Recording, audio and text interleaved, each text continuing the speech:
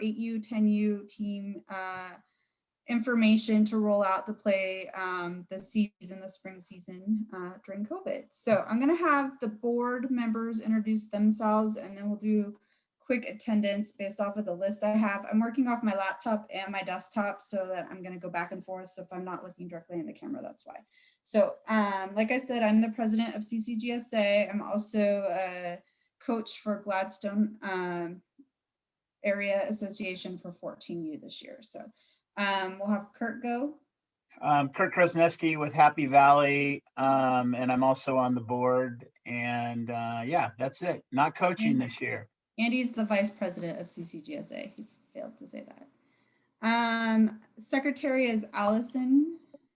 Hi, I'm Allison. I am the secretary for CCGSA and the president for Redland Softball.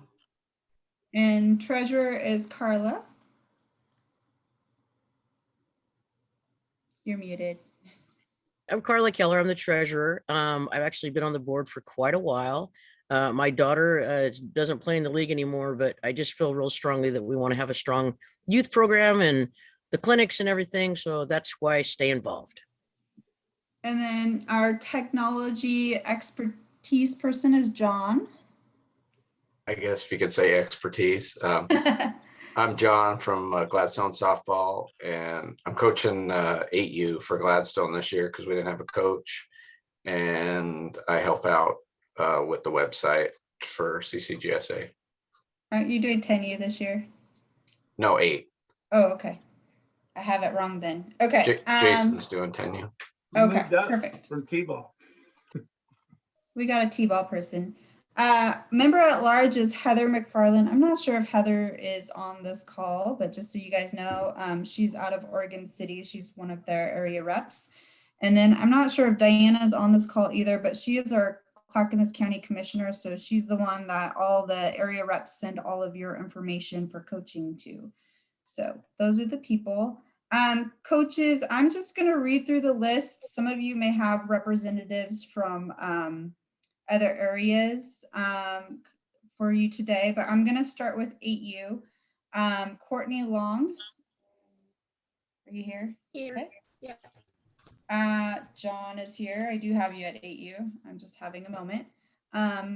Sorry if I butcher your names, but is it Kala from Malala? Kayla? It's Kayla. Kayla. All right. Hi. Mandy from North Clackamas. No, Mandy. Okay. Hello. No, I'm here. Sorry. Okay, that's okay. Kayla McCall from Oregon City.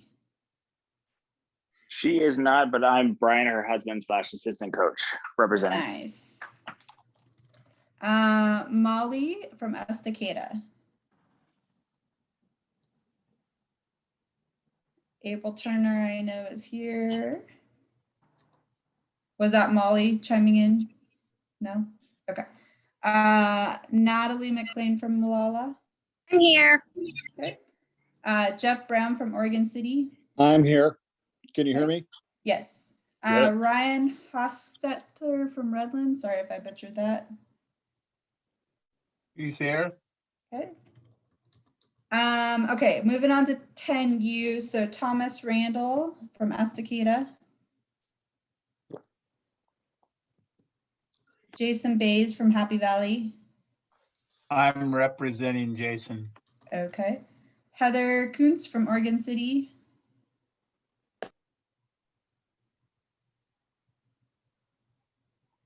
Maybe, maybe not. Stephanie from St. Paul. That's me. Hi. Good. Bryce from Westland. Yeah, Bryce isn't here. I'm representing Bryce, and I'm on the Westland board. Okay, and Jessica and Michelle from Westland. Michelle's here. I see you. Yeah. Is Jessica here too? Brent, do you know if she's joining us? I don't know. I emailed everyone out after you emailed, so. Okay. Country Christian Michael. I'm here for him. Okay. And your name? Valerie. Okay.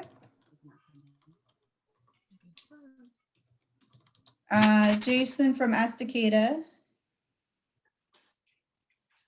I'm here. Okay, and Jason from Gladstone. Yeah, I'm here. Okay. And then I'm gonna totally butcher this, from Happy Valley. Bindu? Is that Bindu? That's me, Bindu. Okay. Alicia from Happy Valley. Right here. Okay. Randy from Malala. Gabe from North Clackamas. Gabe. Chris McFarland from Oregon City. Here. I got Ann Wallace from Redland. I saw you on here earlier. Are you still here? Yes. Yep, I'm here. Hi. Heather from Selwood. I'm here. Okay. Ashley from Wilsonville. I'm here. And then John from Wilsonville. I'm here. And then did I miss anyone that's on the call that is coaching 8U or 10U? Yep, John Siegel here for 8U, West Lynn. Siegel. Oliver coaching with John, 8U Westland. Yeah, so guys, you don't have to be on this call, the AU Westland, because we're not playing CCGSA. Oh, okay. That's why I was You like, guys, I don't you guys have get the night off. I should have been more clear in my email. All right, sounds good. Sorry Have a about good day. that. Tommy. Oh. Tommy with Estacada. Can you? Okay.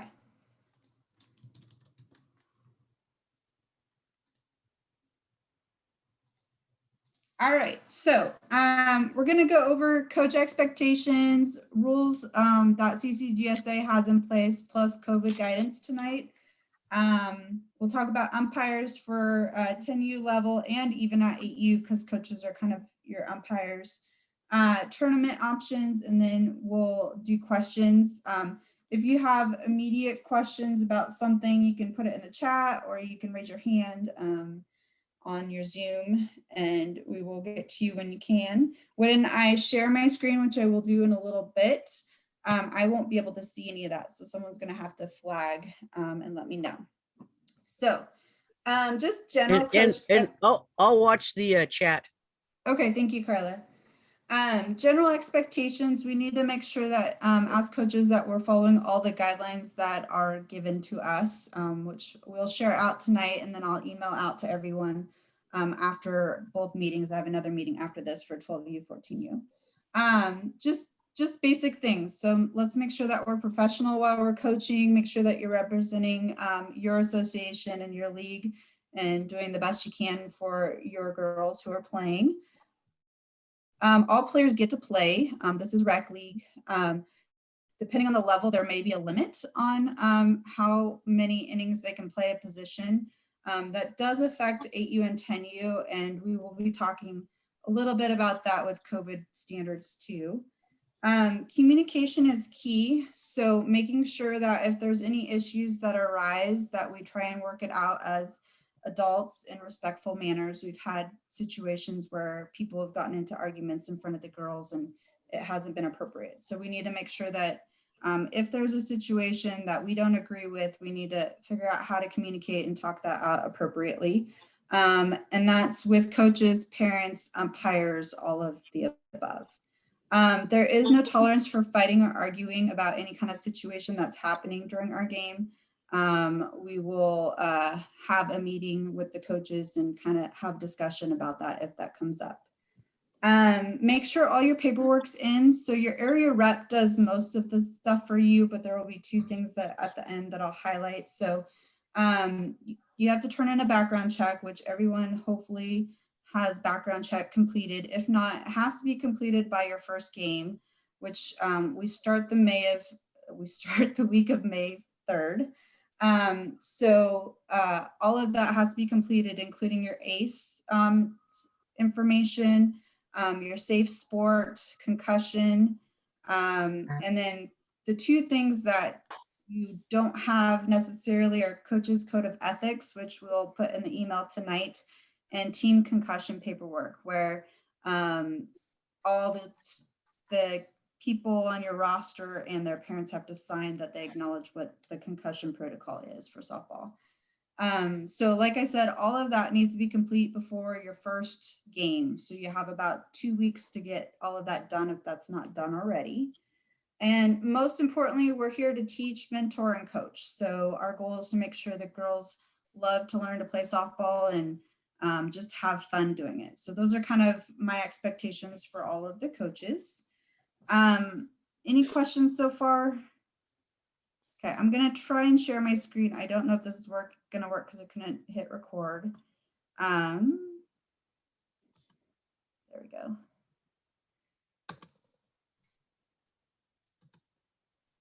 All right, so this is CCGSA's guidelines that we've kind of merged with other local area softball associations and what they are doing. So basic general health guidelines: no one may enter the field or complex if they have a fever of 100.4, have a cough, or any flu-like symptoms.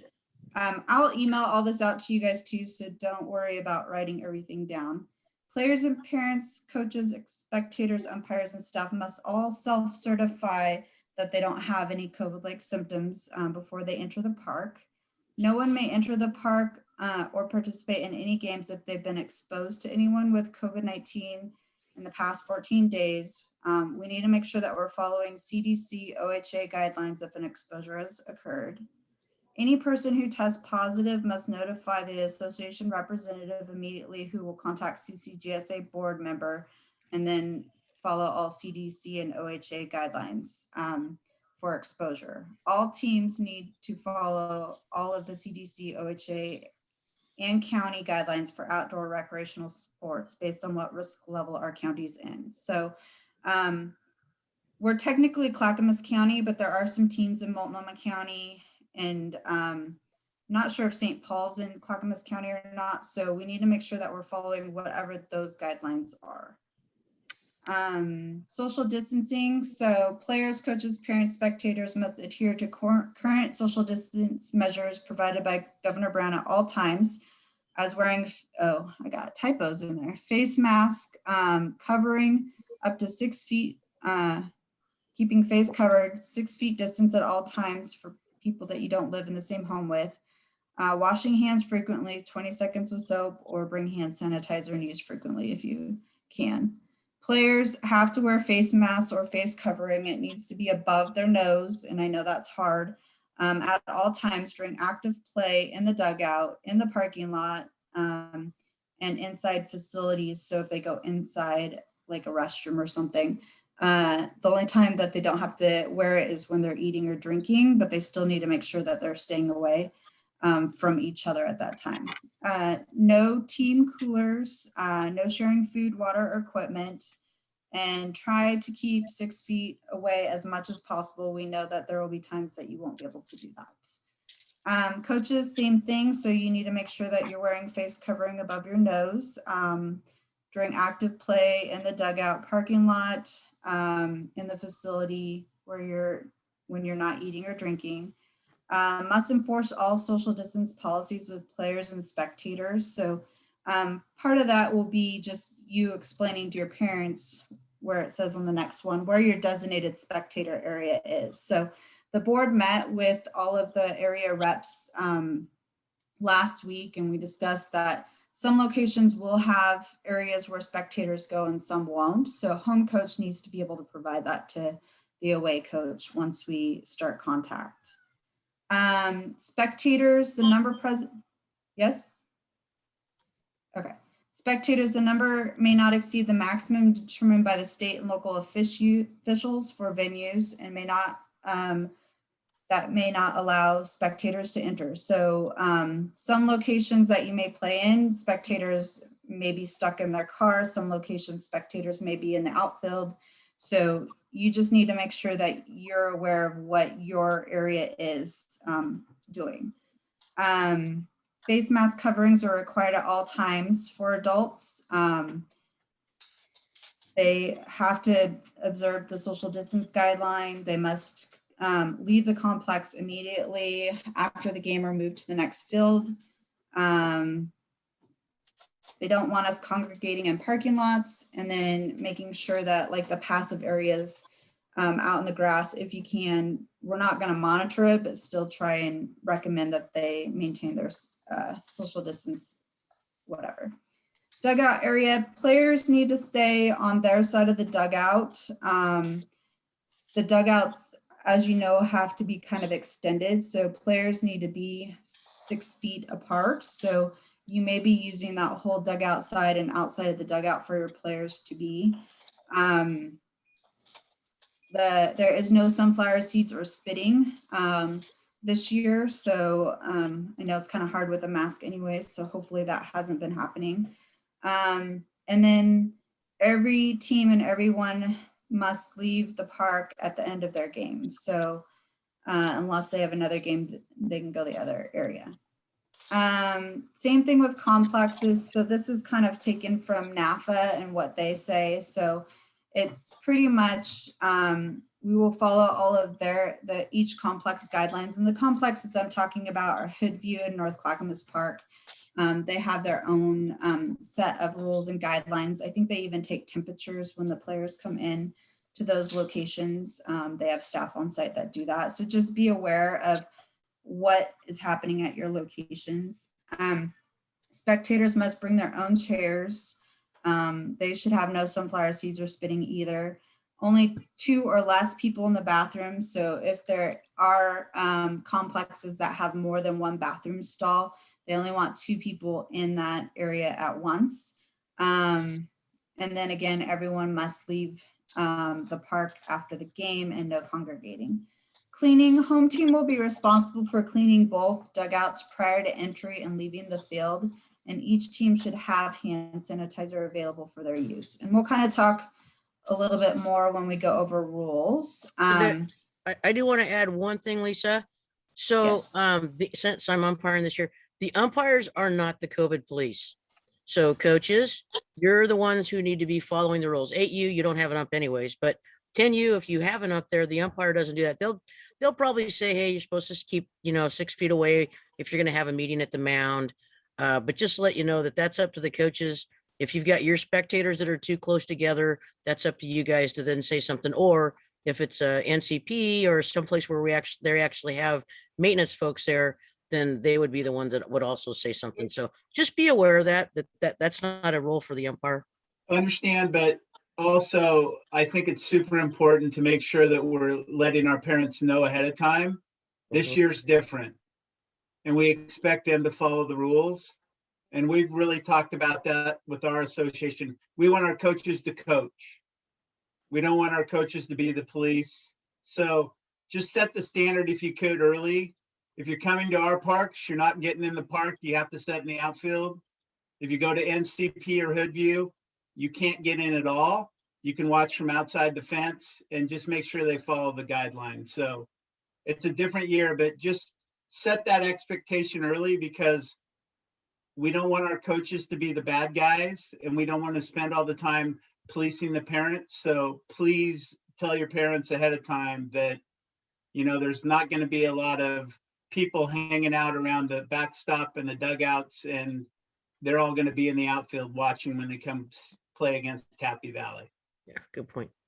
And so I guess I have, I don't want to belabor this, right? But the coaches don't want to be the police either, right? If you've got parents that show up in the outfield, but not on your team, a different team, whatever it is, what is our recourse? Do we say, hey, we're just not going to play, or do we just play and they're going to ignore it? That's the challenge, right? Without any recourse, then there is no reason to follow the rules, right? And there's going to be some people who do that, right? We follow the rules. I know we're doing it, but there's people who show up and don't.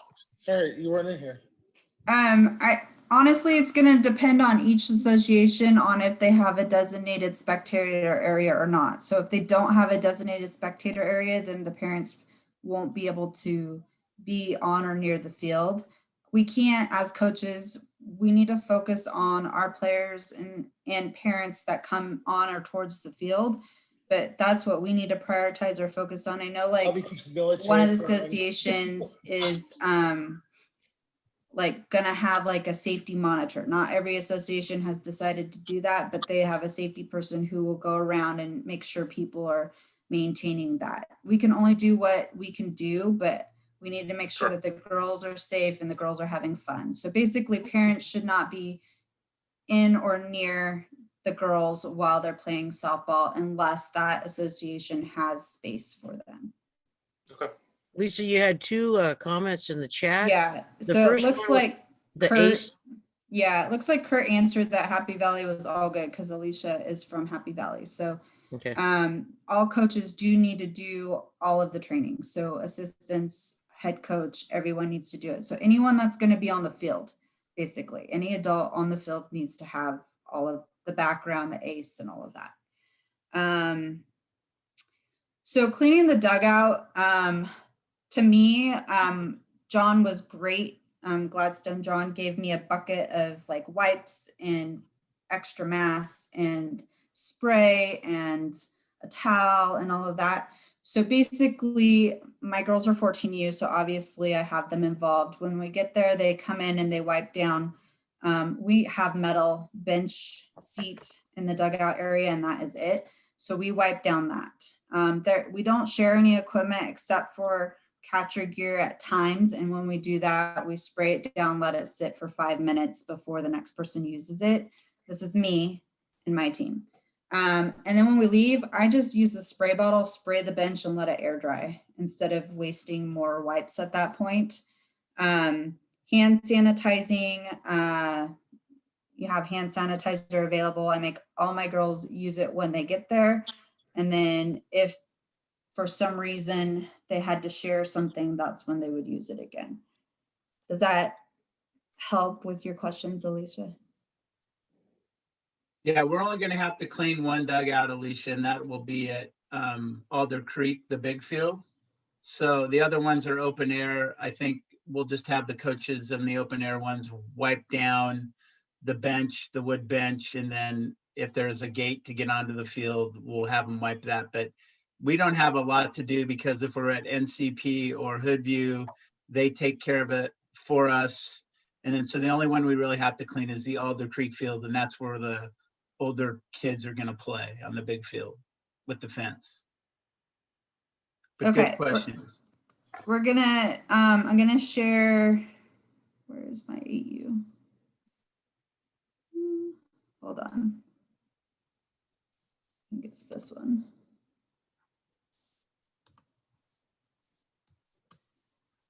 You guys see the 8U rules? Yep. Are they cut off because of your photo or are they just cut off for me?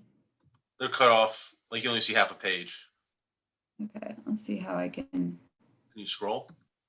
No, it doesn't Minimize have it. this. Go up to the top and try to minimize it, Lisa. What's that one? No, I don't want to rotate. Keep going right there. Yeah. Is that there we better? go. Yeah, that's Okay. better. So 8U rules, I might do it one more. So like I said, these will be mailed out to, I'm just going to go over the basics. I'm not going to read this word for word since we got to go through 10U too. So basically, the first part is just kind of that about us and what our expectations are. The field needs to be set up with 60-foot bases. The pitching plate is at 35 feet. And that's where the pitching machine will rest, either before or after it. The pitching machines should be set at 3 on the lower axis, reflecting 28 to 30 miles per hour for that pitching machine. So the heel will touch the back of the plate, it says up here. They get 5 balls when we're using the pitching machine to swing at. And then if they hit the ball, it's live even if it does hit the machine. If they do their 5 pitches and they don't hit the ball at all, they are out, I believe. Yep, they're out. Okay, so outfield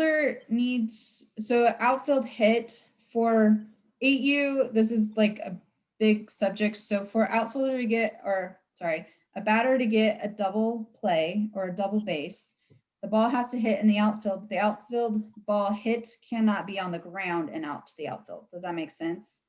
So it needs to be a good hit out in the outfield for it to be a double. Otherwise, they're all single hits. And it's up to coach's discretion too. So when we're first starting, maybe we're not ready to teach our girls that. And then once we get farther in the season, communicate with the coach, hey, I have a really good hitter. If they hit it in the outfield, I may have them go to or whatever. So just a lot of communication when you guys are doing this. Scroll down. So games for 8U will start at 6 o'clock this year, which is new if you've been an 8U coach before. So we're doing it a little bit earlier. They're younger kids. Games are 75 minutes long. Drop dead is 90 minutes. So no new inning will start after the 75-minute mark and then drop dead at 90. Outfielders need to be 20 feet past the baseline, so they shouldn't be sneaking in. And you can have 10 players on the field, so 4 outfielders spread out and then the rest in. You can play with 8 players, but no less. So during COVID time, everyone needs to move every 2 innings or only can play in the same spot for 2 innings. And typically at 8U, if you've never coached 8U before, you'll probably get 3 innings in the first couple games. You may be lucky to get a 4th inning in. So each player cannot play the same spot more than 2 innings. During COVID, catcher will be the only exception where if you don't have the tools or equipment or a second set of catcher gear or time to clean out the catcher face mask and all of that for the next person to use, that will be the only time it will be allowed, that they don't have to move that whole game. Outfield should not be covering bases.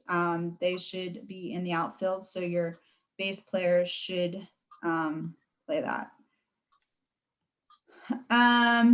If for some reason our little 8Us are awesome and they are bunting, if they bunt and fell off on that 5th or miss on that 5th, they are out. Just so you guys know. Coaches or a designated person that has been cleared to be on the field will operate the pitching machine. In between times, the pitching machine will need to be wiped down for the other coach to use. And that also goes with softballs in between times. I did not put that in there though. It's in another area that I'll be talking about. When we're teaching girls to bat, we need to make sure that they are not throwing the bat. It's more of a safety issue than anything, so we need to teach our batters not to do that. These are just basic things. No tournament registered players are allowed to play in CCGSA. All players in CCGSA must be on a CCGSA roster, which your area rep has already done for you. And if your roster is good to go, your area rep knows that. And then you should, there won't be any issues with tournament players because you can't pull tournament players over. All teams and players cannot play in more than 4 tournaments during our season. That includes our end of season tournament and ESTEs.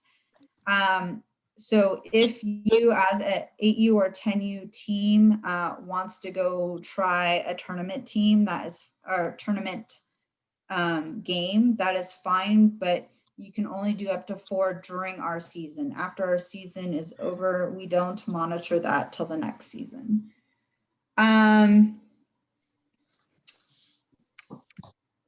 Makeup rainout. So home team is responsible for letting the other team know if there is a rainout game, and then home team needs to figure out field availability to reschedule. We don't have any necessarily rules on when the game can be rescheduled. It can be rescheduled on the weekend. It can be rescheduled on one of your days off that you don't normally play. It's just the home team's responsibility to do that and then let the group know.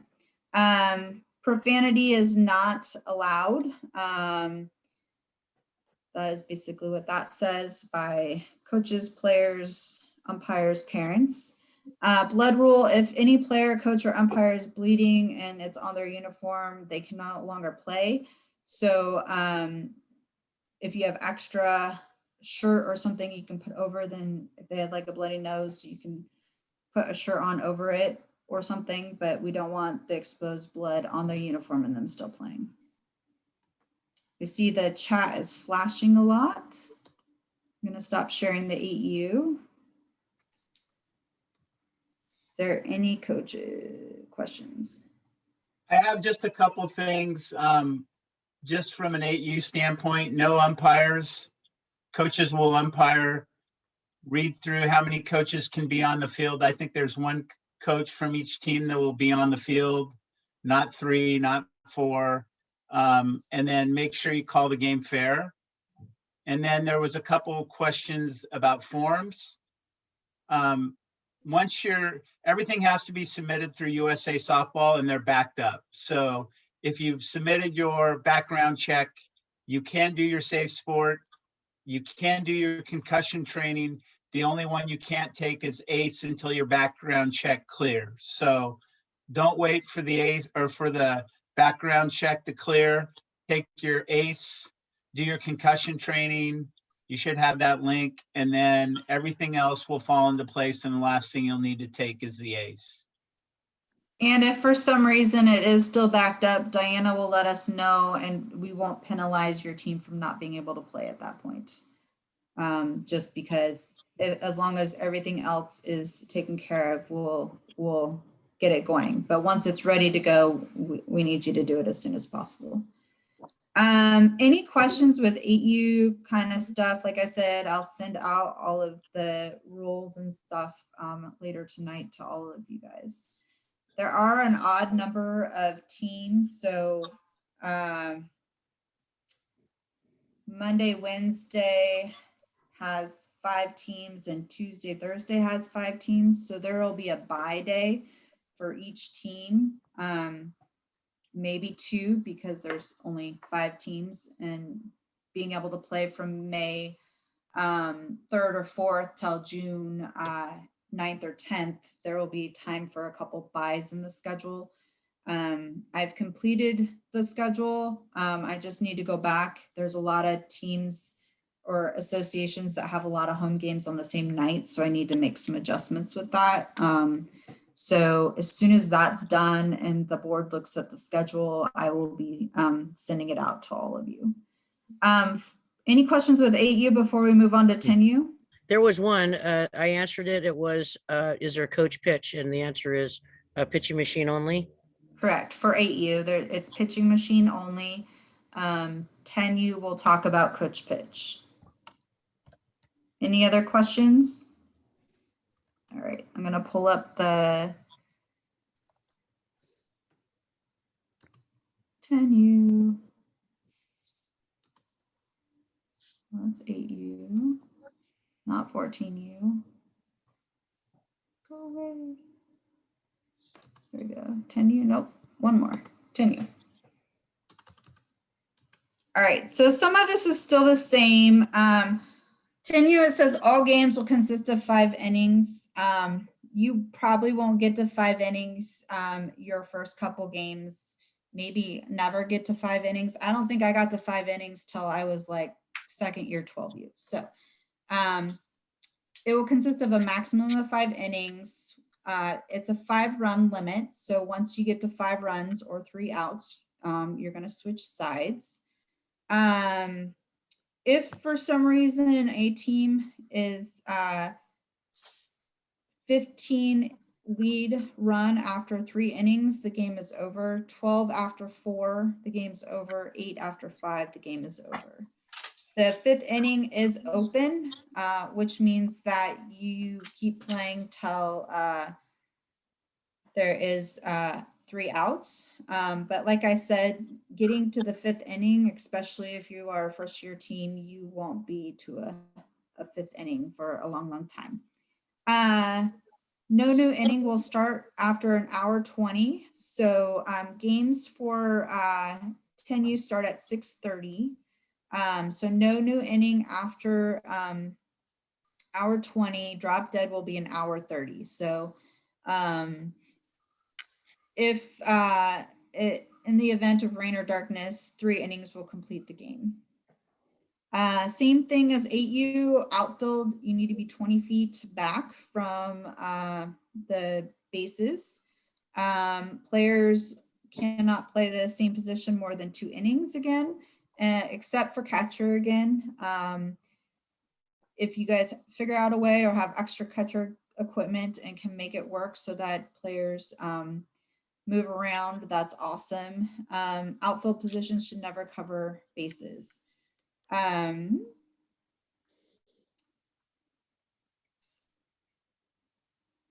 So these are just a few clarifications on rules. So if a ball was hit in fair territory and overthrows to a base, the batter will take no more than 1 base. So 10U, this is not open rules. We didn't have enough to do a silver team that was open rules. So you guys as coaches will need to decide before the game starts what how you are going to do things. Runners may attempt to steal 1 base per pitch. All teams will play regular rules unless coaches agree to coach pitch. So 10U, depending on what year and how good your pitchers are, you may choose to not do coach pitch and just have pitchers the whole, your girls as pitchers the whole time. Or if you want to do coach pitch, you guys are more than welcome to do that, but you need to decide that and agree upon that before the game starts.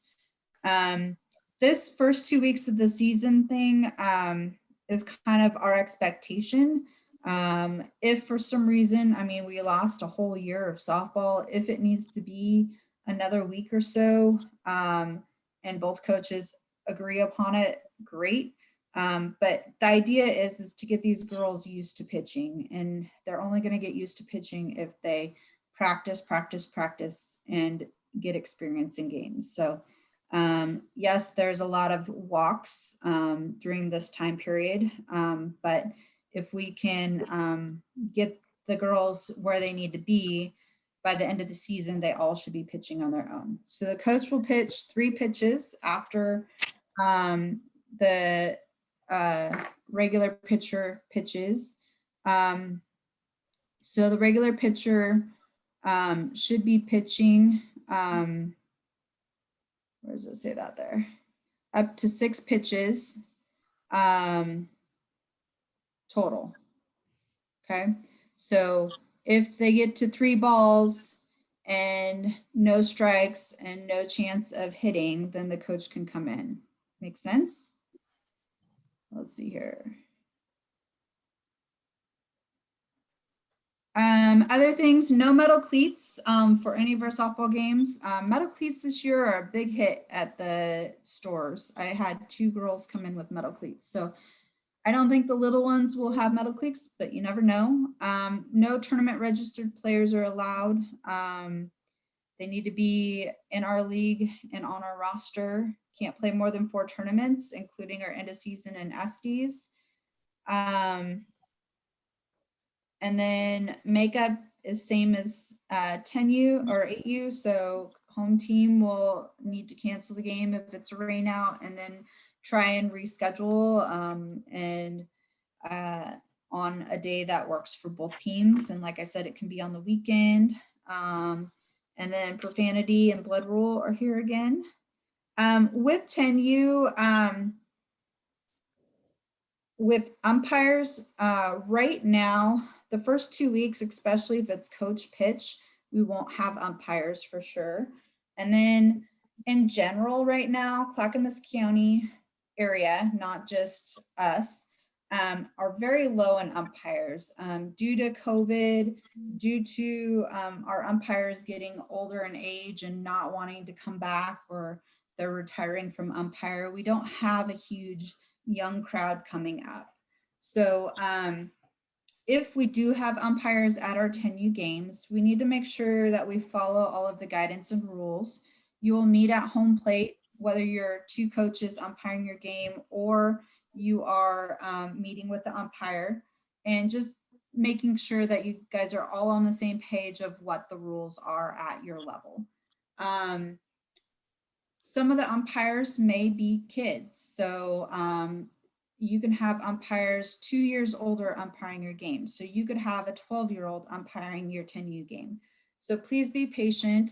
Even the newer umpires, if you came on early, Carla was talking about her first high school game umpiring. Everyone's learning. So just be patient with them. If you have a question on a call or a clarification, please wait till the ball's dead and then respectfully go up to them and ask them, say, can I ask you a question? Can you clarify something for me? This year, umpires will not be in control of the balls. So home team and visitor team will need to make sure that you have balls available for your pitchers and your players. And if we share the ball between teams, we need to make sure that we wipe it down. So if home team provides all the balls, but gives like 2 balls to the visitor team and they keep 2 balls, you gotta wipe it down, sanitize it, something, so that when it transfers between teams and all of that, that it's clean. We don't want the balls wet either, so make sure that you have towels. Let's see. Umpires will be limited, like I was saying. Their goal for our umpire people are to schedule umpires for the 12U and 14U. But with the high school season, the way it is this year, usually there's only like a 2-week overlap. This year, they're doing almost like double headers. So it's kind of affecting when and if they'll be able to schedule umpires for us. If you don't have an umpire, coaches or parents can umpire your game. And if you have a parent or a coach that's interested in umpiring, let us know. And the Umpire Association will pay $50 a game for you to umpire. And then CCGSA has incentives and stuff to help cover fees and clothing and all of that for umpires. So if you have like a high school kid looking for a job, or if you know a parent that might be interested or something like that, just let us know and we can get them connected with the umpires to get trained. The sooner the better, so that we do have umpires. At this point, I would not expect too many umpires at your 10U games. Unfortunately, we don't have enough to cover. And if you have, check with your area rep, maybe we have parents who are interested that you're not aware of or something like that, and we can get them trained to help out and then they can get paid. So any questions with umpires or 10U rules? I see a few things here. Lisa, are you sure in 2019 we used the coach pitch? Yes, we did. Okay. Some games or some leagues never used it. So it would Yeah, depend I on think the one beginning of the game you coach could meet. used it. And One that's coach why used coach we pitch. said that you have to agree upon it at the plate before your game starts. So There you go. if it's something that you want to do because you don't have strong pitchers, everyone's in the same boat this year too. And this is what I'm telling everyone. Like, everyone hasn't been playing in over a year. Everyone started at the same time. And everyone is going to be on a learning curve that is different than before. So if we need to do coach pitch, do it, but make sure both teams agree to it. If we don't need to do coach pitch, then don't worry about it. Then just play normal. And if you later in the season, there is a team that thinks that they're a little bit higher level, but since we didn't have the silver enough people wanting to move to that silver level. If you guys want to move towards playing more open rules, that would be a communication that you would have at home plate too. But you need to know the other teams and know if both teams would be understanding of what those things are. And that would be more availability to steal bases. The ball would be live till it's back to the pitcher, where the ball right now would be live if it was thrown through the pitcher circle.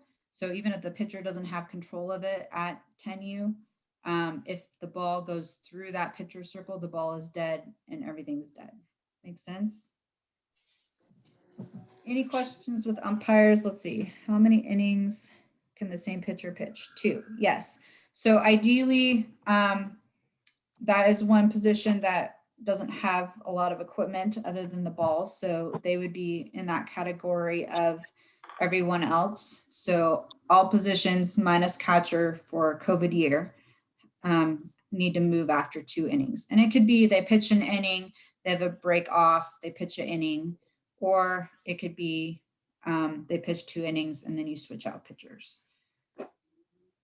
Automatic 3 pitches, or do they keep the current count?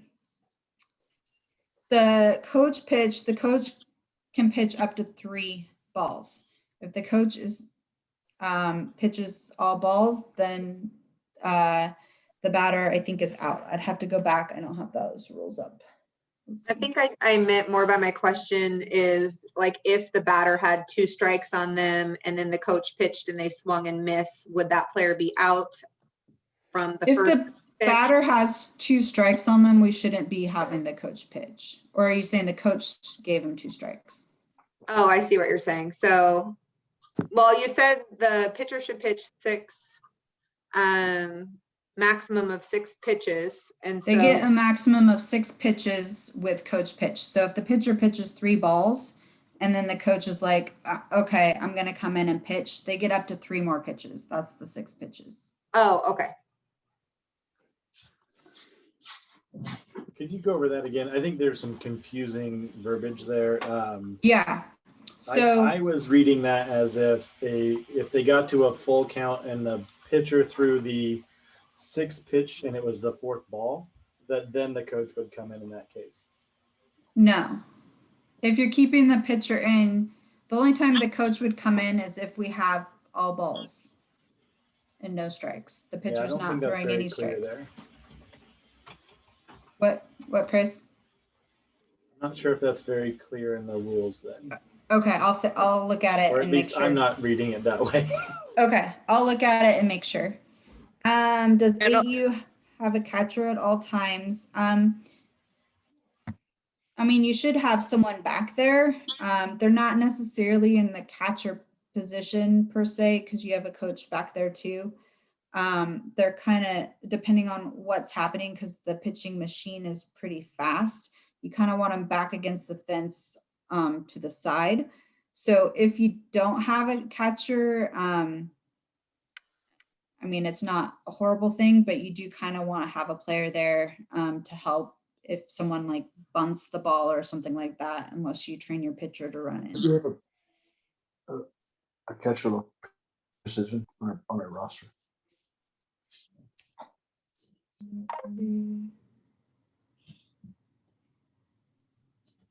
I have a question about coach pitch at the beginning of the season. So if we do start off in our first game, say we decide between the coaches that we want to do coach pitch for our very first game, does that mean each batter that comes up only gets 3 pitches from the coach? Yeah, so you still start with your pitcher. And if they throw 3 balls, then the coach comes in and the coach gets 3 pitches. So you're not going straight to coach pitch. Okay, so it's not like 8U where the coach pitch only. Correct. We're still starting with a pitcher. Okay. Yeah. Okay. We can look into the pitching clinics. I know in previous COVID years, each association did their own like coaching clinic. CCGSA has done pitching coaching clinic. We just couldn't get any facilities this last fall, winter. So let the board kind of meet through email and see what we can do to help you out. Sound good? Yeah, and also get along those lines. Sometimes we used to get with the high schoolers and have a hitting clinic as well. But with the shortened high school season, they're just too busy. But they may be able to do something when their season ends and we have just a little bit of season left. And then Valerie, I'll put my number in the chat and you can call me and we can talk about your questions. Does that sound good? Okay. 8U child position. The face masks are up to you guys and your preference. As the older they get, the faster the ball comes at them. But at the same time, at 8U, they're pretty close to T-ball and they're on their own little heads doing their own little things. So if you have a pitcher at 8U, you really need to make sure that they're staying focused the whole time and that they aren't playing in the dirt and not paying attention. So that's probably one of the biggest things as a coach that you'll have to pay attention to. Just keep reminding the little ones to pay attention at that one especially. But yeah, if you can get your girls to wear face coverings, that's great. I was able to get my team to wear it for like maybe one season and most of them aren't wearing them right now. And a lot of it's because they're wearing a face covering too. So it's a lot harder to breathe. Even catchers are having a harder time breathing through their face mask and the cage. So just something to think about, like, can they breathe? Are they doing okay with that versus just wearing a face covering and not a face shield this year? So up to you guys, up to your parents. It's not a requirement. I would encourage it though. I just always vote for safety. Yep.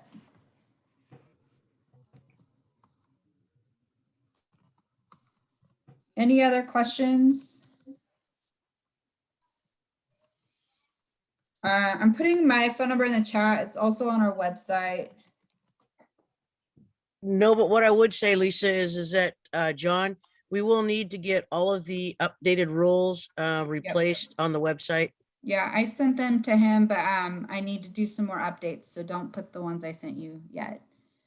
And then last thing, tournaments. So we have an end of season tournament that we do, and those dates are June 10th-ish. Hold on. June 11th through 13th. And 8U, 10U are welcome to join that tournament. It's a fun end of season. By then, the girls have all like gotten really excited and really good at playing softball or have improved all season. So it's fun to see where they've all come since the beginning of season. That's usually held at North Clackamas Park. Sometimes we do outsource other fields too, depending on how many teams we have in it. And then we also have our Estes tournament, which is a scholarship based tournament. And usually it's open to travel teams, but right now no one has signed up for it. So we will probably open it up to the rec teams just to have an extra tournament, and that's over Memorial Weekend. So that would be May 28th, 29th, and 30th. It usually only goes Sunday, Monday, but if we had, Saturday, Sunday, Monday. But if we had a rain out and we wanted to do Sunday, Monday, we possibly could, but usually it's only Saturday, Sunday. Oh, Saturday, Sunday? Saturday is the 29th then, and then the 30th. So if you're interested, talk to your area rep and we will try and solidify everything soon.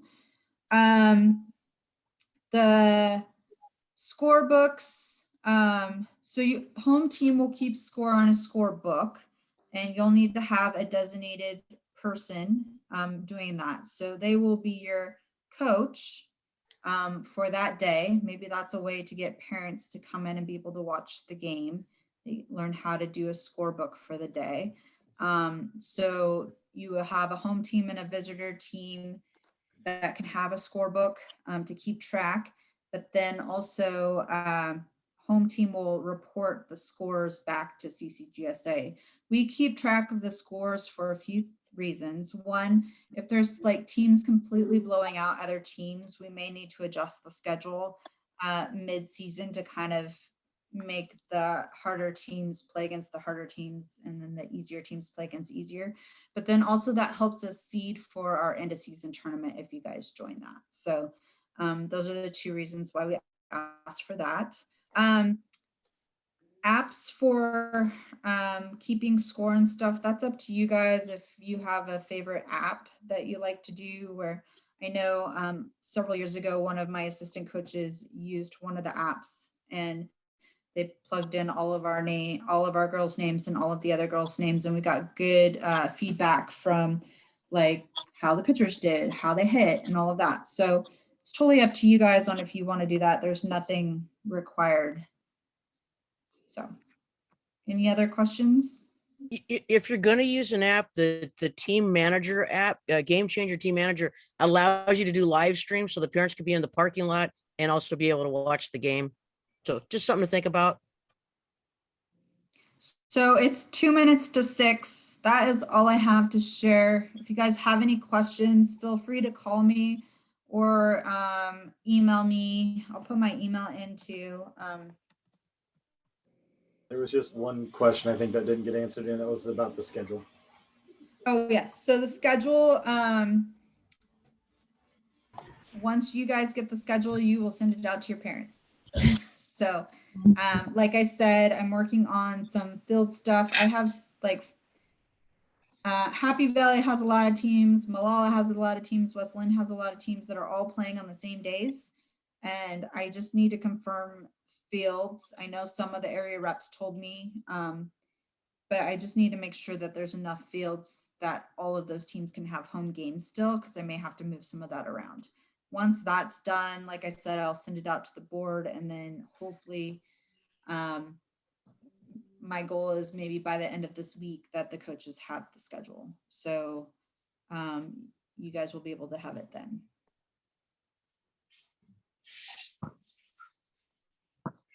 Any other questions? Otherwise, thank you all for joining. We do have 12U, 14U that will be joining this meeting shortly. So any questions for 8U, 10U? Otherwise, you're free to go. Have a good night. Bye. Thank you.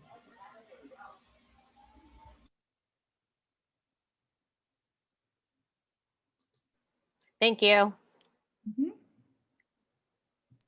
Thank you, Bindu. Hey, John, Rourke, you're another one. There's a couple times that Gladstone has 2 or 3 games at home. Did John Okay. leave? Yeah, no, I'm here. Okay. Do you think we can get 2 or 3 fields at a time, or we just don't know yet because of their rules? Like one of them's like 8U, so they'd be at like Diedrich, right? Derek's, yeah, right. Derek's. And the 10 you can even play at Derek's too, so that would be a single field over there. So Okay, then we're fine. okay. That's fine then. Okay. Yeah. Valley Kurt.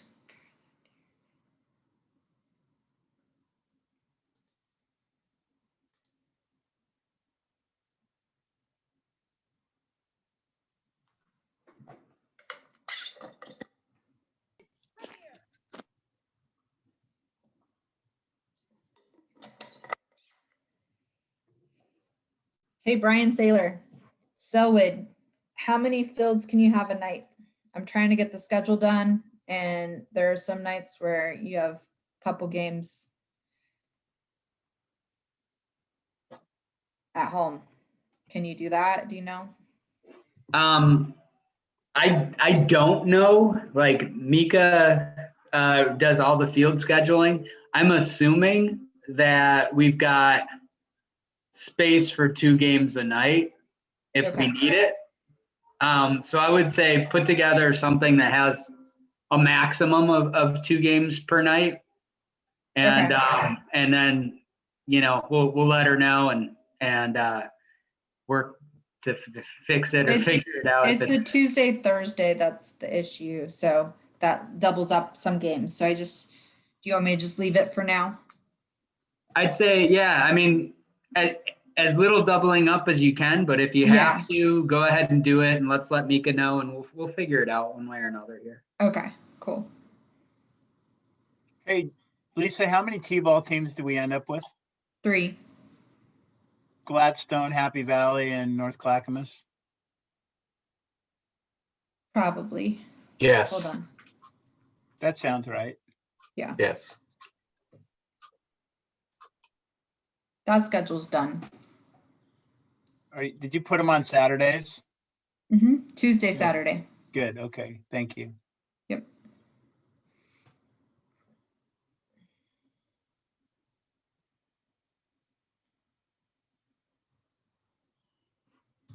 And then Diana's not on here because I had a question about Safe Sport, but I'll send her an email.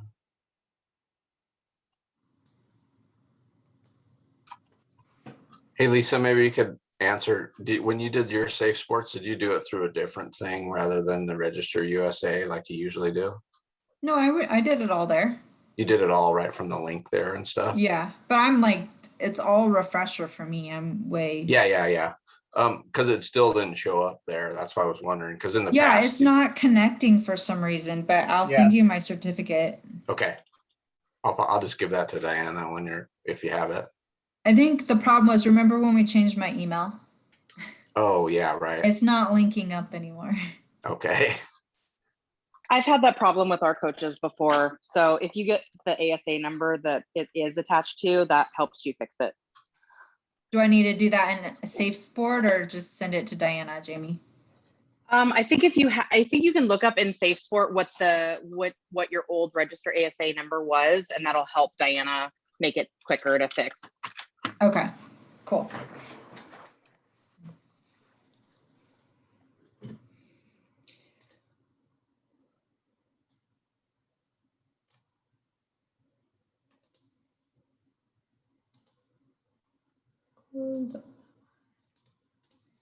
All right, welcome. We're gonna go ahead and get started. We don't have a lot of people here, but it's 6 o'clock or just after, and I kind of want to, it takes the whole hour and I want to make sure that everyone gets the information that they need and if there's any questions. So welcome. I'm Lisa Osterberg. I'm the CCGSA president.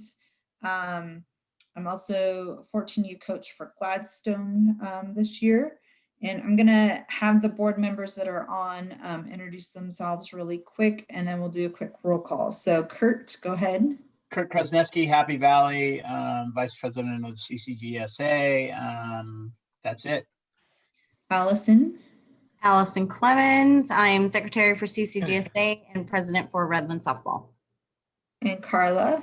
Carla Keller, I am the treasurer, and I'm not with any of the associations. Actually, my daughter doesn't even play in the league anymore, but I'm here because I like to support the youth softball with the clinics and that kind of thing. So thank you.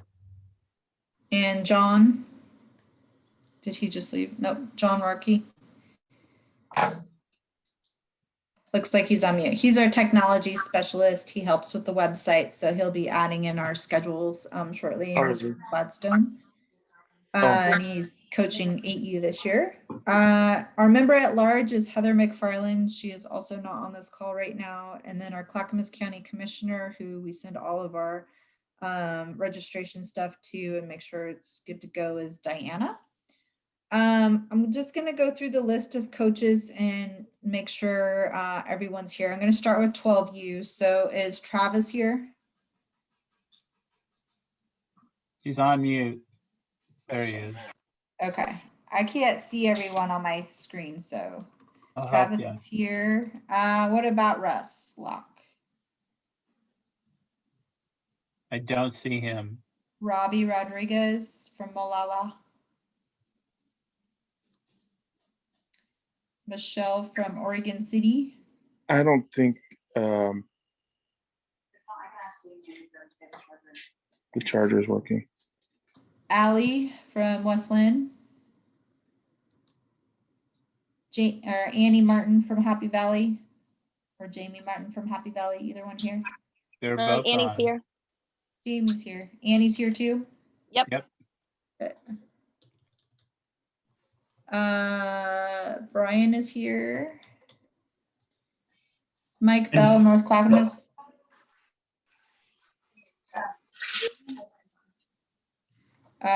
Joey from St. Bring it over for Carlos because he hasn't handed me. Brandy from Wilsonville. Valerie from Country Christian. Are you still here, Valerie? Nope. Brad from Estacada. Gabe from Estacada. Brad's here. I see you just popping up. Gabe's here. Gabe's here too. Okay. Yep. I'm here.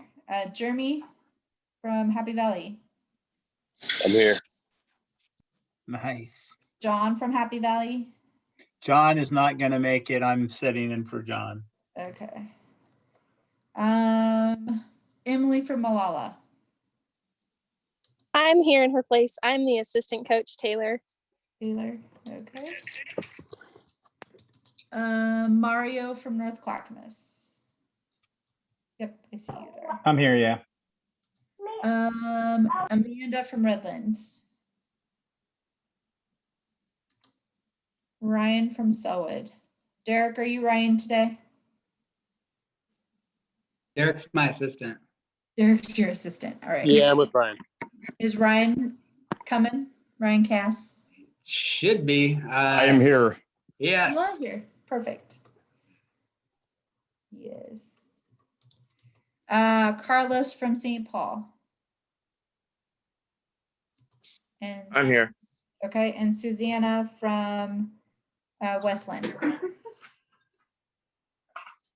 Okay, anyone that I did not call? Mike Hiller, 12U, St. Paul. Okay, I have Joey down. Are you the head coach? Yep. Okay, I gotta fix it. Is Joey your assistant? Yes. Okay, perfect. All right. Well, welcome everyone. Anyone else I missed? Okay. Gonna go over coach expectations, softball rules and COVID guidance, umpire stuff, tournament stuff, and then answer any questions. I'll be sharing my screen a little bit with you guys tonight. So during that time, feel free to put stuff in the chat, raise your hand if you have a question, however you want to do that. So starting with coaches' expectations, we need to make sure as coaches that we're following all the guidelines that are set for us. So whether it's through CCGSA, OHA,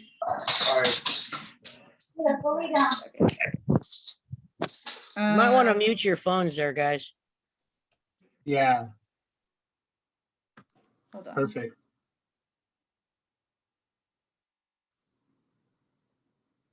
Just a second, sorry. One of the coaches was texting me. Okay, so make sure that we're following all of the guidelines that are set forth through CCGSA, OHA, CDC, and everyone right now due to COVID. As coaches, we expect you guys to be professional, making sure that you're representing your association, your league, and your girls to the best of your ability. All players get to play. This is rec league, not tournament.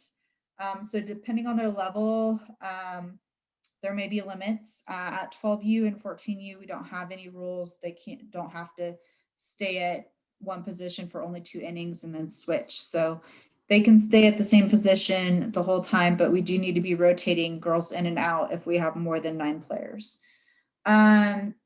Communication is key. So if there's any issues that you have between coaches, parents, or umpires, please make sure that we are communicating appropriately. If we have questions or concerns, that we are approaching the subject in the most respectful manner.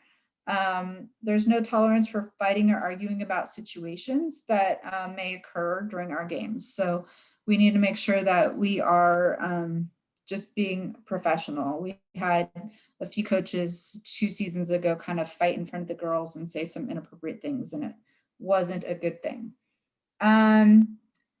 Make sure all your paperwork's in. If you're not sure, check with your area rep, but you have to pass a background. You and your assistants have to pass a background, complete ACE work, complete your safe sport, complete concussion training.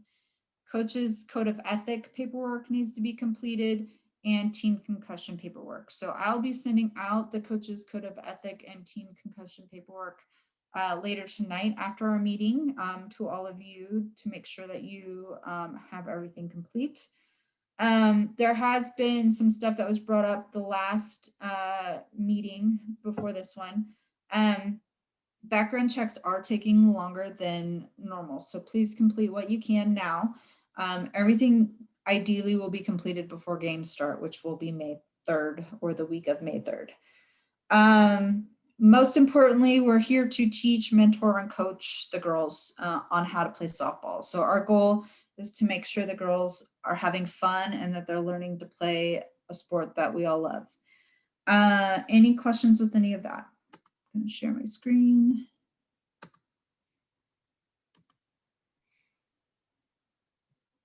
All right. So back to being able to play in the fields.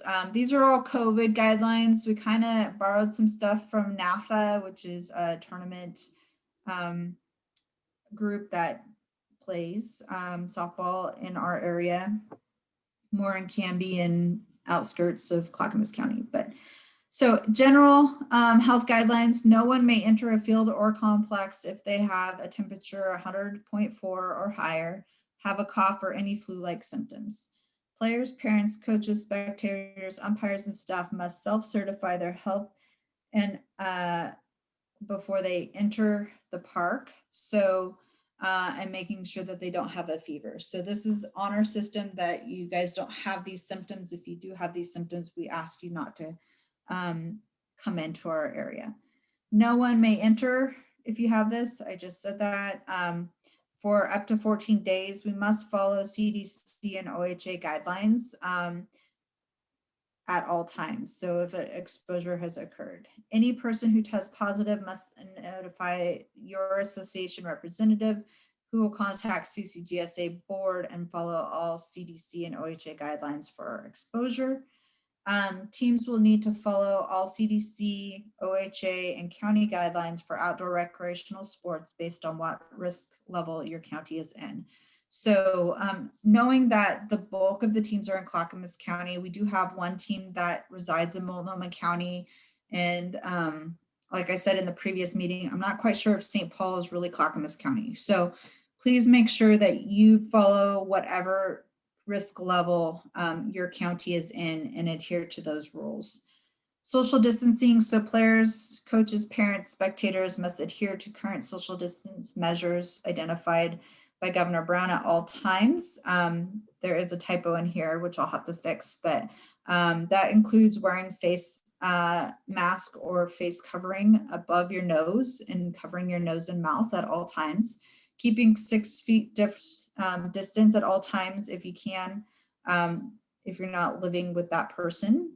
Wash hands frequently, 20 seconds with soap and water. Bring hand sanitizer also when you have that available.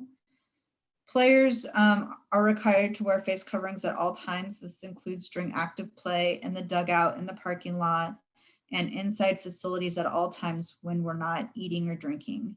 No team coolers are allowed. This is a more of a complex thing, but I put that in there. It just means that you're gonna have more time to want to share stuff. No sharing food, water, or equipment, and then try to keep 6 feet as much as you can between players and coaches.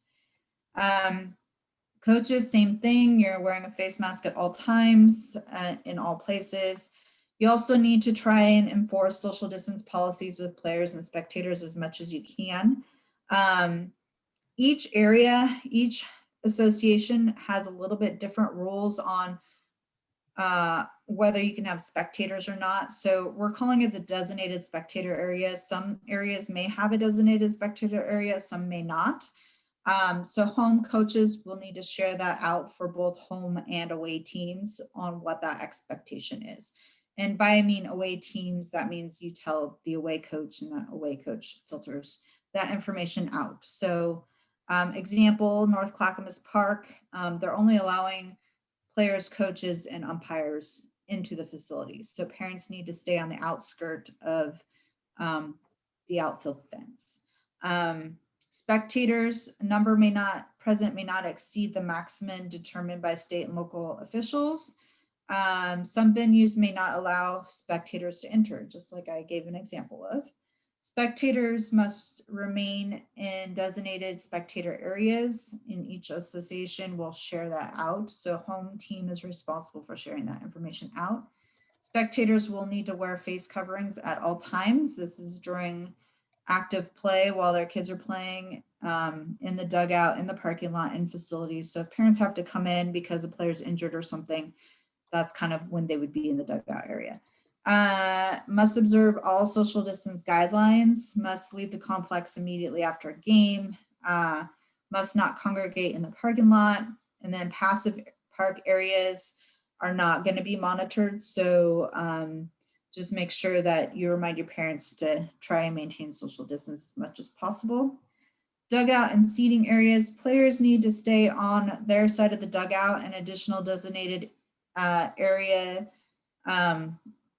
since they need to be 6 feet apart. So that area could be bleachers, or it could be along the fence, along your dugout side. So make sure that you space out as much as you can. No sunflower seeds or spitting. Obviously, it's kind of hard to do with a mask, but it could happen. So we just need to make sure that that's not happening.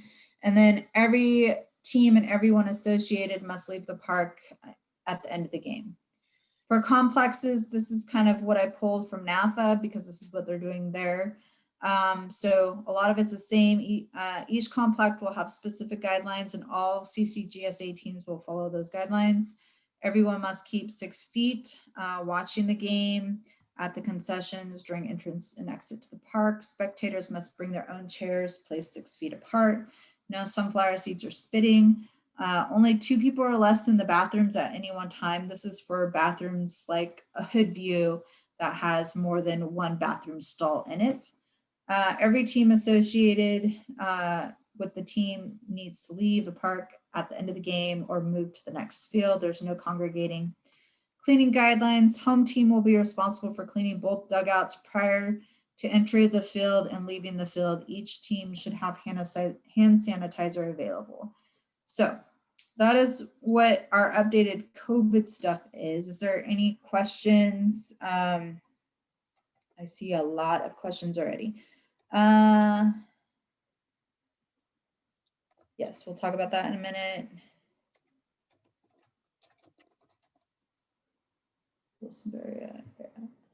Wilsonville area rep is also John. I think. I'll have to look, but I think it's John.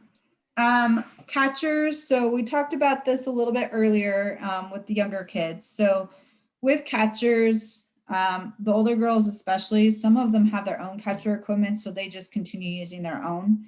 If you are sharing catcher gear, what I've been doing, so I have several girls who either have their own catcher gear equipment or a few that don't, that want to try it or are catchers. I'm just sanitizing the stuff and letting it sit for 5 minutes and then switching it out. Obviously in a game situation, you're not going to be able to do that. So maybe your catcher is your catcher the whole time, unless you need to trade out due to injury or something. So it's pretty much up to you. It looks like Kurt will get you a second set for your team, Jamie. But if your association can't do that, let us know. Maybe another association might have some additional equipment we may be able to loan out or something too. But I just sprayed down the equipment, let it air out. It was hot out too, so it dried quicker, and then switched it out for the girls. So any other questions? We will be covering more of this COVID stuff once we go over the rules too and the umpire stuff. Any questions so far besides what was in the chat? Is home team informing other spectators? So home team is informing the other coach, so the away coach, what the rules are, and the away coach will let their parents know. Was that your question, Annie?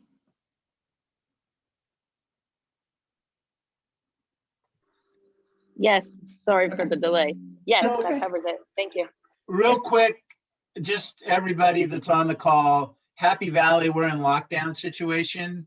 So our parents and your parents are going to sit in the outfield, and we'll send a note to everybody. But the biggest thing is when you go to North Clackamas Park or Hoodview Park, parents aren't allowed in at all. So with that said, we need your help in helping you tell your parents what our expectations are. And we've kind of moved it a little farther along.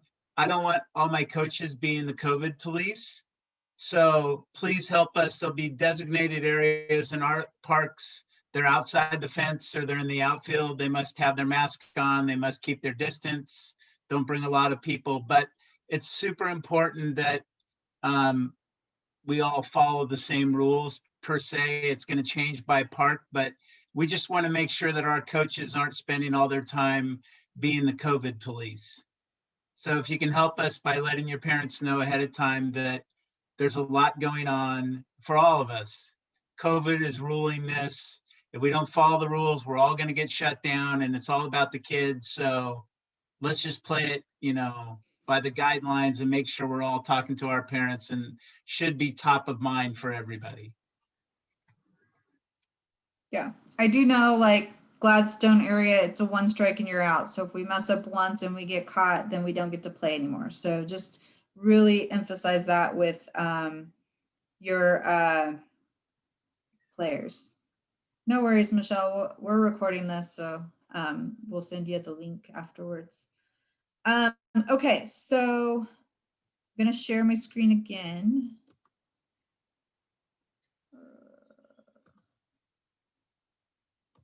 I gotta switch to the other rules though. Hold on. All right, we'll start with 12U. So like I said before, this is rec. So 12U will consist of a max of 7 innings. As a 12U coach in previous years, I don't think I got past 4 or 5 innings. So don't expect that a 7-inning game will happen. It could, who knows, but probably not. If there is a 15-run lead after 3 innings, the game is over. 12-run lead after 4 innings, the game is over. Or 8 runs after 5 innings, or 4.5 if home team is ahead, then the game is over.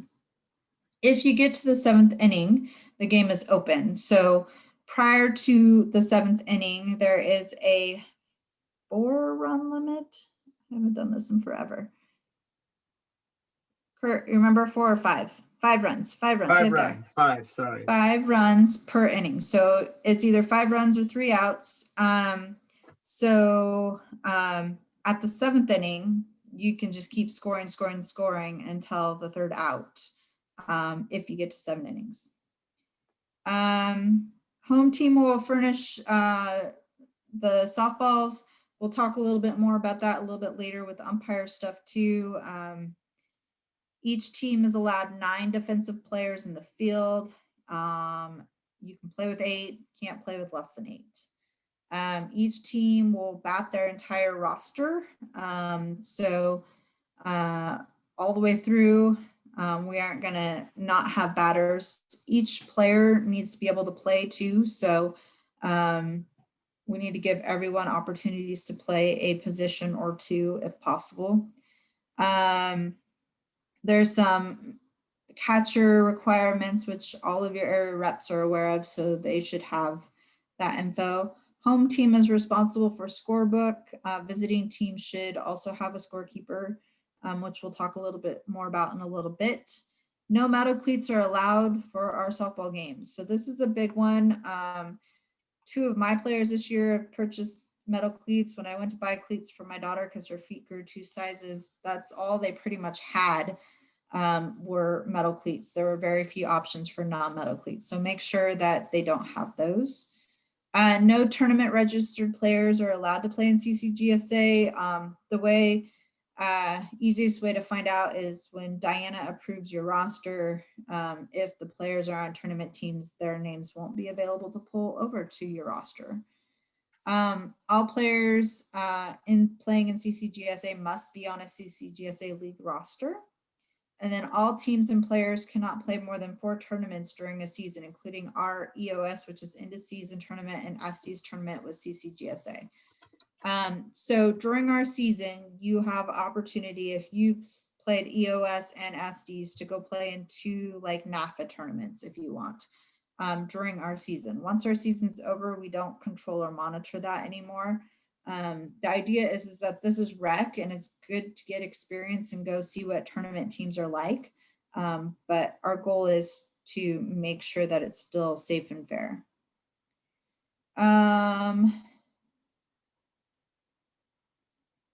Where's the makeup rain out? For home team is responsible for canceling games and offering rescheduling of games. So you can schedule them on nights that you don't have or over the weekend. Just try and figure out some dates and times that work for both teams. And give the coach a couple days to make sure all of their players are available, or at least 8 or 9 players are available to come play. Profanity is not allowed by coaches, players, or umpires, so please make sure that that is not happening. Blood rule: if a player, coach, or umpire is bleeding or gets blood on their uniform, they cannot play anymore. So make sure that you have stuff to be able to clean up the blood or whatever if they get a little scratch, Band-Aid or whatever, and get it covered up. Umpires, when an umpire doesn't show for your game, which we'll talk about umpires in a little bit, both teams can have a home and a visitor volunteer to umpire the game. One can be behind the plate, one can be out in the field. We can also talk about if they're not comfortable being behind the plate, where they can be when we talk about umpire stuff. So that's 12U. I'm going to switch to 14U real quick and then answer questions for both, because 14U is pretty much the same. Oh, I didn't talk about time. So both of them are the same. So 12U and 14U, no new inning will start after an hour 40. And then the game's complete. So once that inning is over after an hour and 40 minutes, the game is done. Same thing with 14U, 7-game inning, 5 runs per limit, 15 run after 3, 12 run after 4, 8 run after 5, the game is over. 4 innings will constitute a completed game, and you should be able to get to at least 4 innings at both of these levels, probably 5 or 6. Hey, Lisa, yes? quick question. With the timing thing, I think the 12U one said that no new inning starts after an hour 30. And so I just wanted to double check that. And oh, it does. So okay. 12U, no inning after hour 30, drop dead hour 40. Did you talk about start times, Lisa? Huh? Did you tell them what the start times would be this year? Not yet. I will. Okay.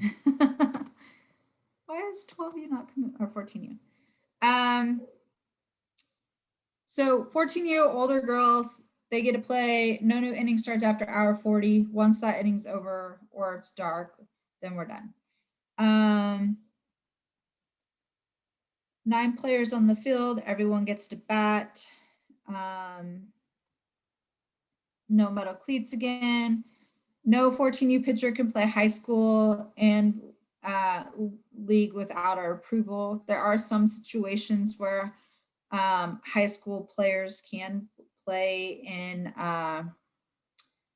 League 2. This year they probably can't because of how their schedule lines up. But no tournament registered players. All players must be on CCGSA roster.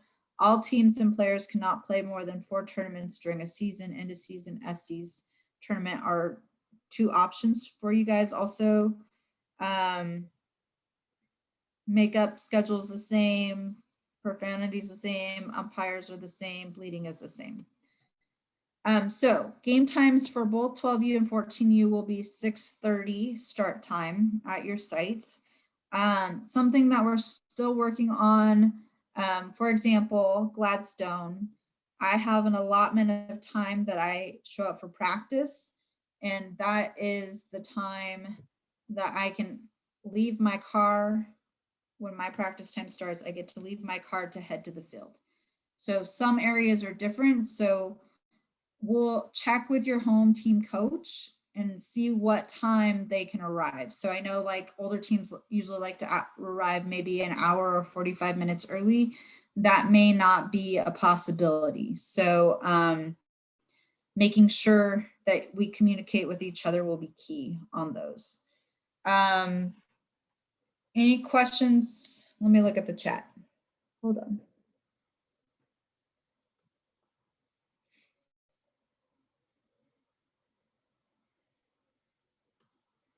You should get a scorebook from your area rep. That was Michelle. And yes, that was the same. Oh, Kurt responded to that too. I have another question about, I think it was 8U, or maybe no, I think it was 10U, where a player could only play a position for 2 innings. Yeah, so 10U and 8U. Not no, so only 10U and 8U have to, or only can play 2 innings in the same position. Okay. At 12U and 14U, they're starting to learn that position and becoming more skilled at it. I am a huge proponent of an all-around player, so I've moved my girls around. If they are able to play multiple positions, I want them to learn multiple positions, because once they get into higher levels, they're not guaranteed at the spot that they perfect. So if they can perfect a few spots, then they have better options in high school, or if they want to go on to college to play. So for me, even starting at little kids, I move them around all the time. I have, for my 14U team, this is my first year doing 14U because I didn't get to do it last year. I have like 2 or 3 players that are going to play each position, and I'm going to rotate them in and out until I find something that works, and maybe they're having an off day and they'll get to play a different position that day. So yeah. Time, so 4 o'clock, John is right, Brian. 4 o'clock is usually when the umpires need to know if it's rain out.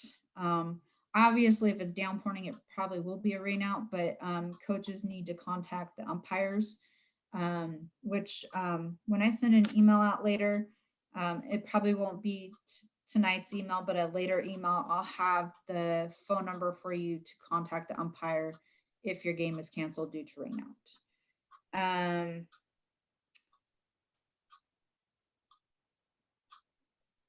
Michelle, are you doing 12U? Okay, so no new inning after an hour and a half, and then you're completely done at an hour and 40. So you have 10 minutes to finish that inning that you are currently on.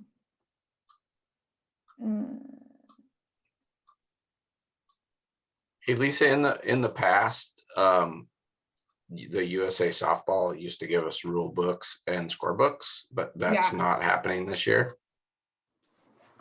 Is it not, or are you I don't know.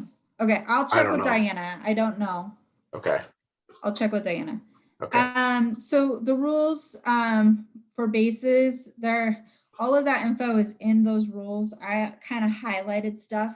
So bases are 60 feet. 12U is 40 feet for pitcher mound, and 14U is 43 feet for pitcher mound. I have some 2020 rule books, so if you guys need them, let me know. I forgot to share that in the last meeting. And then, all right, Brandy wants to one. So probably the best way is I will probably try and connect with your area reps, and they probably know where you live. That way I'm not driving all over the city. And then we'll get you rule books. Sound good? Okay. Any other questions with rules right now? Okay. Umpires. So they are going to provide or make priority after high school umpire priority to give 14U and 12U umpires. Doesn't mean that everyone's going to have umpires. Hopefully we will, but no guarantees. High school ball this year, they're doing a lot of double headers, which kind of affects how they can schedule us. So in the past, high school games would be like 3 to 6-ish, and then umpires would run over to our 6:30 game and be there about 6:30, 6:35.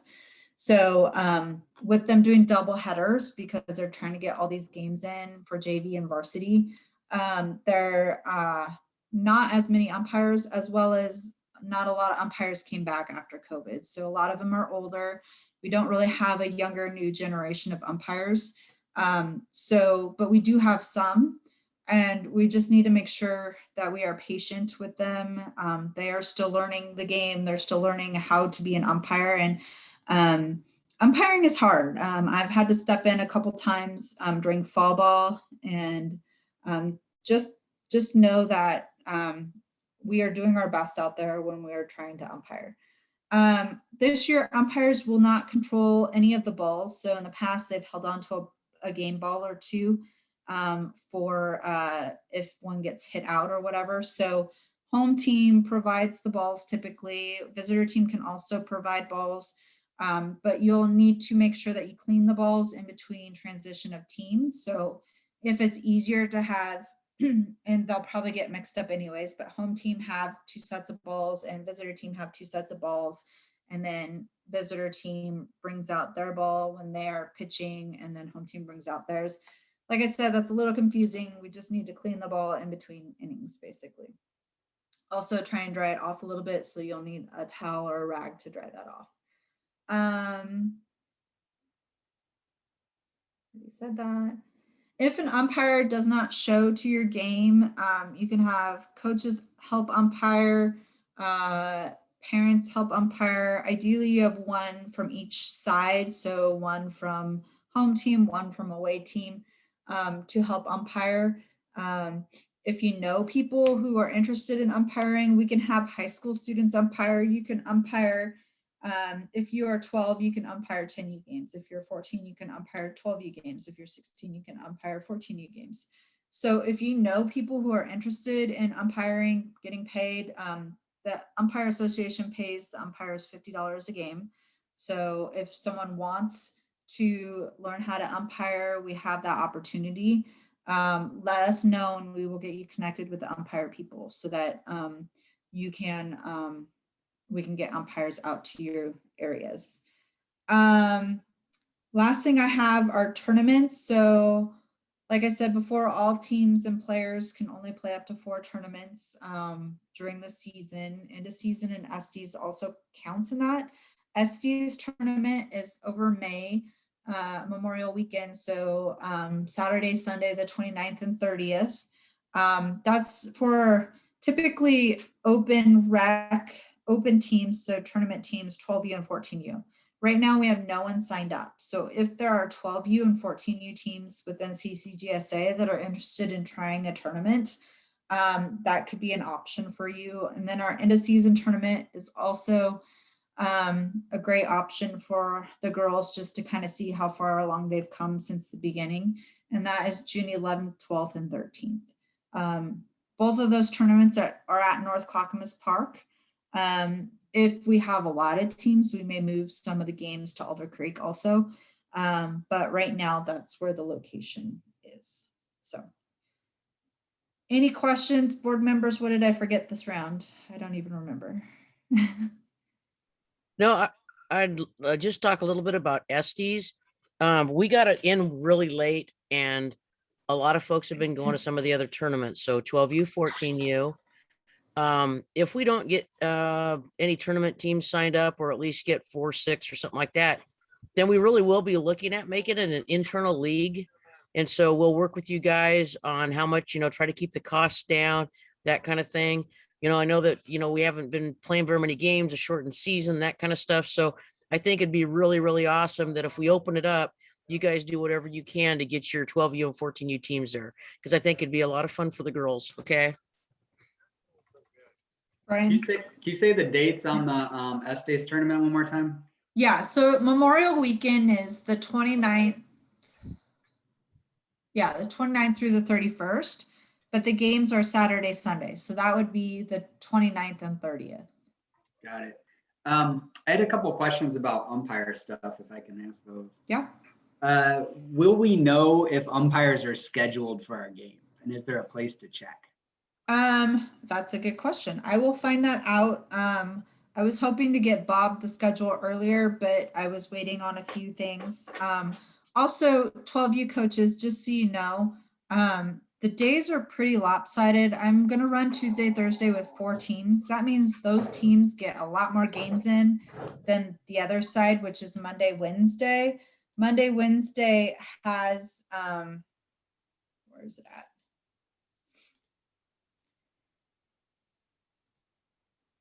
While she's looking that up, umpires usually will let you know day of if we're going to be missing an umpire, and I would highly suggest that you pick one person for them to be in contact with. It works a lot easier than having them reach out to coaches and you're not in the loop. So we kind of run it through a central person and then we can communicate it down so we know. But they usually, in the past, in 2019, they let us know like the day of, like, hey, we're not getting you umpires to this game, just a heads up, so we could plan accordingly. So that message will go to you guys heading up CCGSA, and then it'll get forwarded along to area reps? It's by association. So Lisa will send you the contact info for the umpires on how to get things scheduled. And then you should reach out to them and just say, hey, if we're not going to have an umpire, can you please email me by noon so I know? And then you can filter it down to your coaches. Hey, Brian. Yep. The Umpires Association uses that, what I just put in the chat there, the reftown.com. And if you create an account there, just one person per association, like the head person, they have the option to go in and see if there's an umpire scheduled for a game or not. Brian, So you or Lindsay should have it already. I don't know which one. I'll check with Lindsay because I certainly don't. Yeah. So there's 7 Monday, Wednesday 12U teams, and there's 4 Tuesday, Thursday 12U teams. The schedule's done, but if you have opportunity and do want to move to Tuesday, Thursday, and get a few more games in, that's totally cool too. I need to know like tonight though. Otherwise I'm going to leave it the way it is. All right.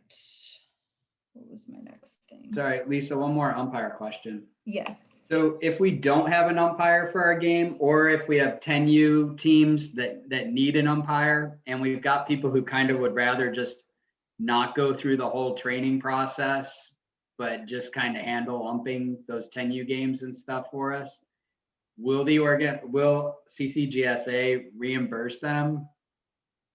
No. So you just don't have to pay the umpire association that time. Yeah. So if they don't show up, they're not going to bill you for it. Yeah. So you need to watch that closely. So you don't pay the umpire, then you could pay your people. Does that make sense? So the money that you would pay the association for umpire, you could pay them. But it's better to have them get trained. Sure. And make sure that they're doing things appropriately. Okay. So, any other questions? Let's see. Any questions from you guys? So Lisa, you're saying you didn't get a team to volunteer for Tuesday, Thursday? I got 1. I had 3. Now I have 4. So that's better. But then how many do you have for Monday, Wednesday? 7. So Tuesday, Thursday, I mean, it's just a thing. Tuesday, Thursday will get more games in because there's less teams. Get more. So what I'm worried about is we share the field with a 10U team, and they do Tuesday, Thursday. Okay, let's see here.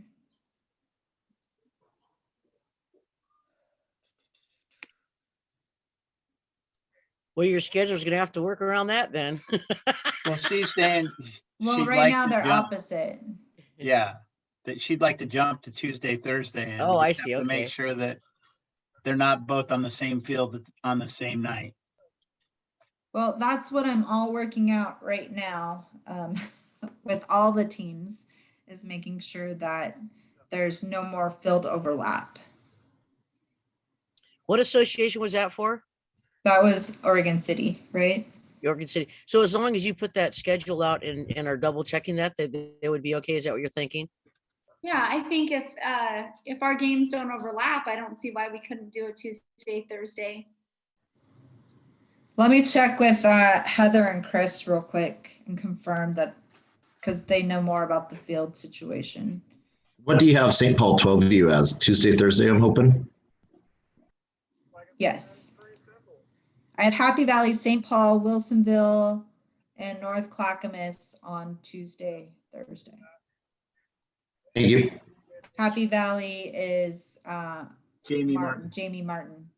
Did you just see Country Christian wants to do Tuesday, Thursday? For 12U? Aren't they 14U? No, yeah, never mind.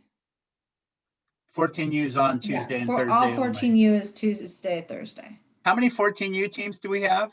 We have a lot. We have 12. Nice. Yeah. We have a lot. It's good though. That's what you want. Yep. All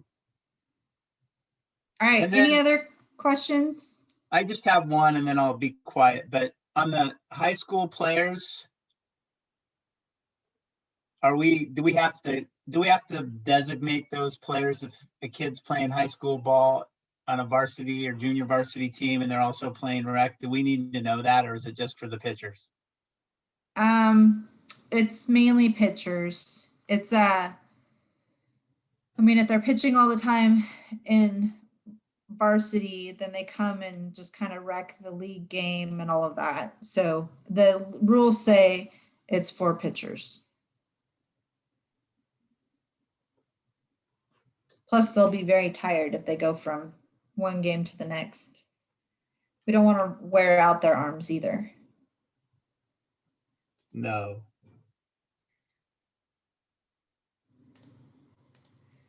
All right. So I'll check with Heather and see about the Oregon City team moving to Tuesday, Thursday.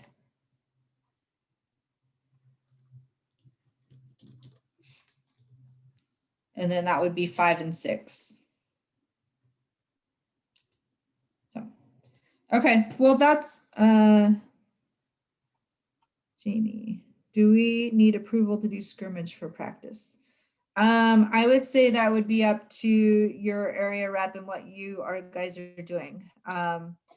Right now, an example, using Gladstone again, we don't even know if we'll be able to play games on our fields yet. We don't know if the city of Gladstone will allow it.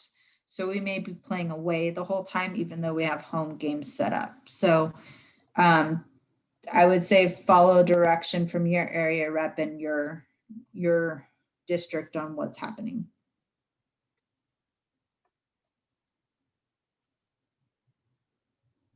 Any other questions?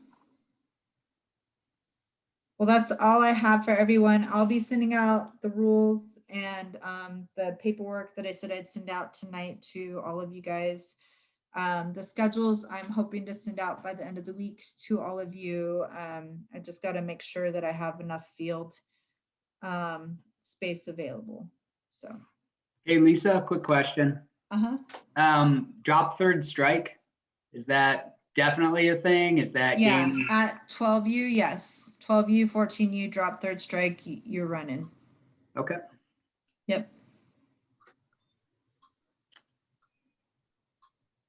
And if we have people interested in umpiring, Lisa, we contact you and Kurt, or just you, or who? You can let me know and I'll forward you on to the umpire people. Okay. Thank you. Yep. All right. Well, have a good season. Thank you, everyone. Thank you. Great job, Lisa. Thanks. You're the best. Thank you. Good job, Lisa. Bye. Thank you. Bye, guys. Thank you. Hey, Lisa, I of course have one more question. Okay. Can pitchers, I think this is the case, but it's not like baseball, right? Like pitchers can pitch a couple innings, come out and go back in. No pitch Yeah. count, no pitch Nope. charting. Nope. Okay. You're good. Cool. Thank you. Yep. All right.